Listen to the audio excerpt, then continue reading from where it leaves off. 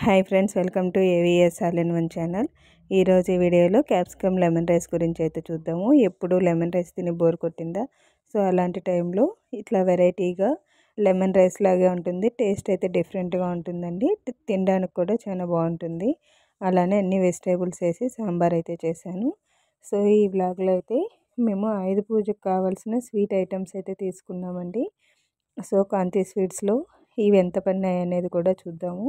ఇక్కడైతే ముందుగా capsicum, onion, red chilli, అలానే కరివేపాకు, కొత్తిమీర కట్ చేసుకొని అయితే పెట్టుకోవాలండి. చూసారు కదా, ఇదైతే చిన్నపిల్లలు చాలా ఇష్టంగా తింటారండి. లంచ్ బాక్సెస్కి, మార్నింగ్ టిఫిన్కి కూడా.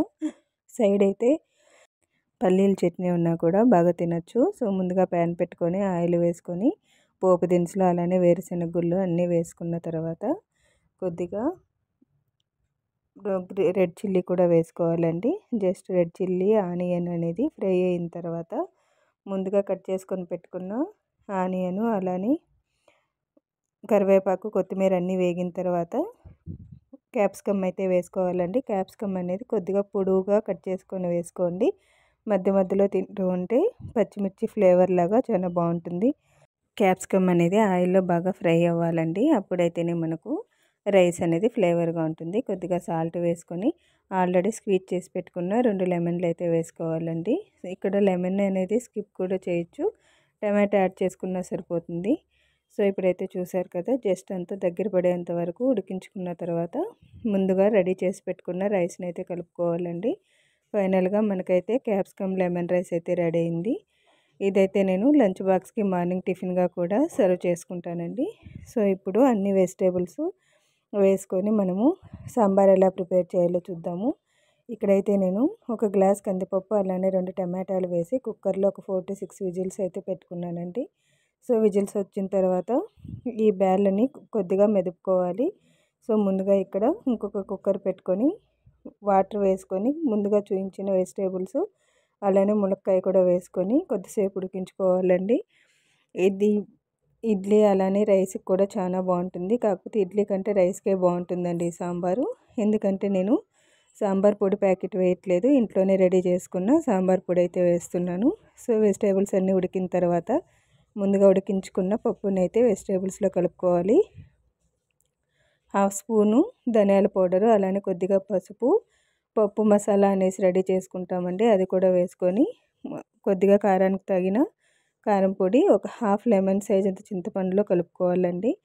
ఎందుకంటే డైరెక్ట్గా మనము ఉడుకుతున్న వాటర్లో వేసామనుకోండి ఉంటలు కట్టే ఛాన్సెస్ ఉంటాయి. కాబట్టి ఇలా కలుపుకొని సాంబార్లో పొడులన్నీ వేసుకున్నాం అనుకోండి మనకు గుమగుమలాడే సాంబార్ అయితే రెడీ అవుతుందండి.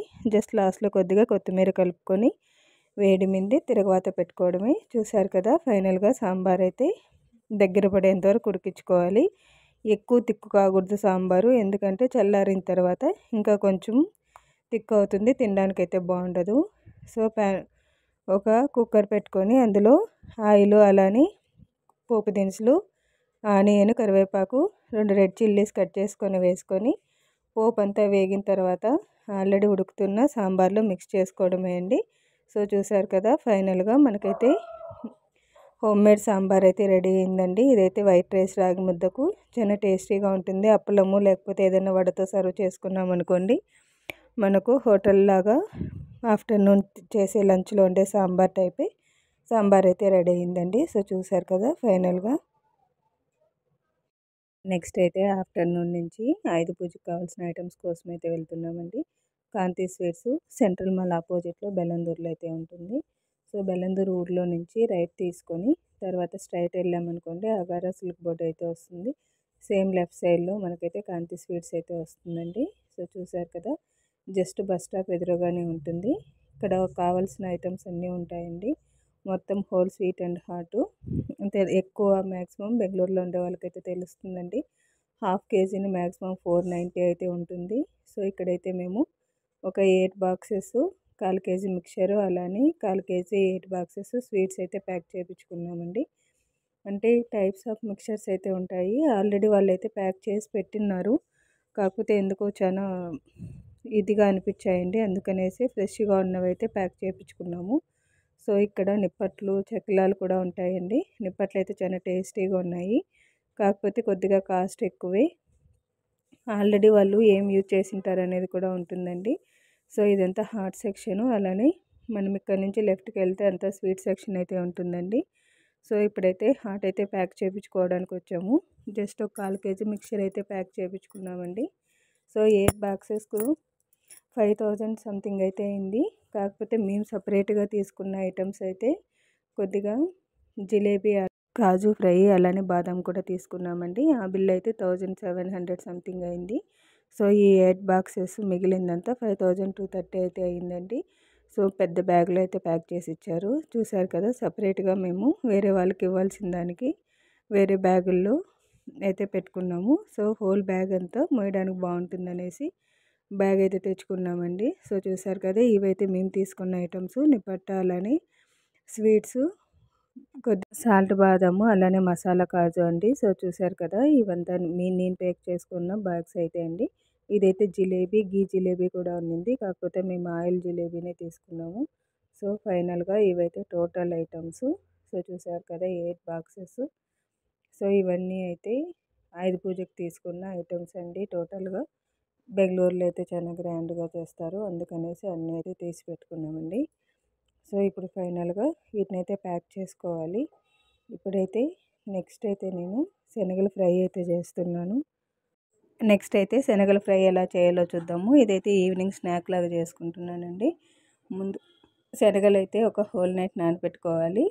మార్నింగ్ చేసుకుంటే, అలానే ఈవినింగ్ చేసుకునేటప్పుడు మార్నింగ్ నానబెట్టుకున్నా సరిపోతుంది. సో ఇప్పుడైతే నేను ఒక 4 to 5 విజిల్స్ వచ్చేంత వరకు శనగలు అయితే ఉడకపెట్టుకున్నానండి. ఇప్పుడు ఉడికిన తర్వాత కొద్దిగా ఆయిల్ వేసుకొని పోపు దినుసులు, అలానే ఆనియను, రెడ్ చిల్లీ వేసుకున్న తర్వాత కరివేపాకు వేసుకొని ఫ్రై చేసుకొని సో వీటినంతా వేయించుకోవాలండి. ఇప్పుడు వేయించుకున్నాక ముందుగా మనము ఉడికించి పెట్టుకున్న శనగలను అయితే ఇందులో కలుపుకోవాలి. ఆల్రెడీ వీడియోలో చూపించిన విధంగా కొద్దిగా సాల్ట్ కూడా వేసుకొని కలుపుకున్నాం అనుకోండి, మనకు కరెక్ట్గా శనగల ఫ్రై అయితే రెడీ అయిందండి.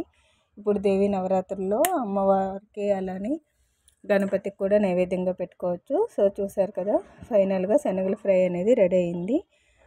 మీరైతే ఈ వ్లాగ్ చూసారు కదా, ఎలా ఉందో నాకైతే కామెంట్ సెక్షన్లో కామెంట్ చేయండి. హై ప్రోటీన్ ఉన్న ఈ శనగల్ని 1 వీక్ ఒకసారి, అలానే 2 టైమ్స్ తీసుకున్నాం అనుకోండి, హెల్త్కి అయితే చాలా మంచిది. పిల్లలైతే ఈవినింగ్ టైంలో స్కూల్ నుంచి వచ్చిన తర్వాత కూడా ఇవైతే సర్వ్ చేసుకోవచ్చండి. సో చూసారు కదా, ఈ వ్లాగ్ అయితే సాంబారు, అలానే క్యాప్సికమ్ రైస్ ట్రై చేసి ఎలా ఉందో నాకైతే కామెంట్ సెక్షన్లో కామెంట్ చేయండి. ఈ వ్లాగ్ అయితే ఇంతటితో క్లోజ్ చేస్తున్నాను. ఈ వీడియో కనుక నచ్చినట్టయితే లైక్, షేర్ అండ్ సబ్స్క్రైబ్ చేసి మీ ఫ్యామిలీ మెంబర్స్కి అయితే షేర్ చేయండి.